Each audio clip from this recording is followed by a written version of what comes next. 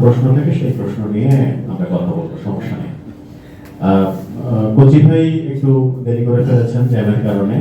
Metro rail তাকে service দিয়েছে, কিন্তু আগে এবং পরে জ্যামে কাহিল হয়েছেন। এই ফাঁকে একটু কচি ভাইয়ের কথা শুনতে চাই। কচি খন্দকার আমার খুবই প্রিয় একজন অভিনেতা।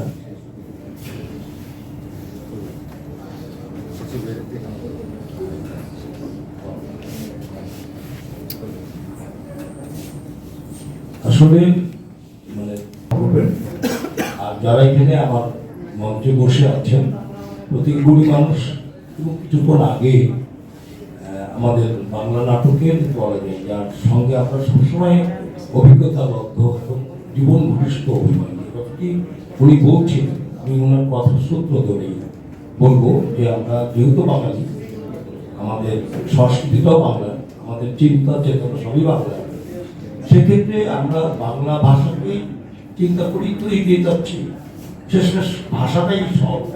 এবং এই ফেব্রুয়ারি মাস বাংলার ভাষা আন্দোলন ওটি ছিল আমাদের প্রথম জোরে ওঠে বা আমাদের জানিয়ে দেওয়া বিষয় যে ভাষাকে রুদ্ধ করে গেলে মানুষের কিছু থাকে না, থাকে না মানে থাকে, অস্তিত্বই থাকে না।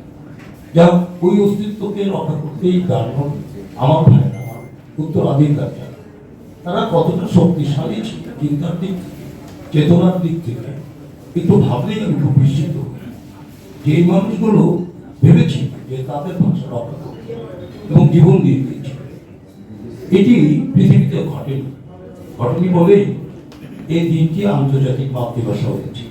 শুধু বাংলার জন্য নয়, সমস্ত পৃথিবীর ভাষা রক্ষা করবার একটি মহতি উদ্যোগ গ্রহণ করেছে জাতিসংঘ। এবং এই 21শে ফেব্রুয়ারিকে ছোট ছোট ভাষা, ছোট ছোট একেবারে ক্ষুদ্র, এবং আপনারা সবাই জানেন মানুষের জীবনের প্রতিরোধ করতে, শোষণ নির্যাতন করতে প্রথম যে কাজটি করতে হয় ভাষাকে ভুলিয়ে দিতে হবে। এবং পৃথিবীতে সাম্রাজ্যবাদ মূলত এই কাজটি করেছে নানা কৌশলে। কোনো ভাষার অস্তিত্বই খুঁজে পাওয়া যাচ্ছে। ভাষা নেই মানে ওই সংস্কৃতি নেই, ওই সংস্কৃতি নেই মানে একটি বিরোধ জিনিস আমরা পৃথিবী থেকে হারিয়ে ফেলেছি। তো বাংলার এই সূর্য সন্তানেরা সেই বৃষ্টি বপন করেছিল 22 তারিখে। আমরা ভুলে যাই বাঙালি খুবই বিস্তৃতি ধরনের বলা যায় স্মৃতিহীন একটি জাতি। এ কারণেই আমরা যখন পরস্পরের দিকে তাকাই দেখবে একটি কাপুরুষিত একটি মেন্টালিটি আমাদের আছে। সত্য কথা বলতে আমরা চাই না, বা একটি কন্ডিশন আমাদের মাথার ভিতরে ঢুকিয়ে দেওয়া হয় যে কন্ডিশনটা আপনার না আমারও না, কিন্তু আমরা বলে যাই কেমন যেন একটা ঔপনিবেশিক চিন্তা ভাবনা আমাদের উপরে চাপিয়ে দেওয়া হবে, আমরা এটা মেনে নেব। 21 সেগুলোকে ভেঙে চুরে আমাকে মানুষ করতে চেয়েছিল, আমাকে বাঙালি করতে চেয়েছিল আমার, আর পৃথিবীর অন্য মানুষকে বলেছিল তোমার ভাষাকেও তুমি রক্ষা করো, তুমি মানুষের মতো। এবং মানুষের এই রাষ্ট্রটি মানুষের মতোই হবে।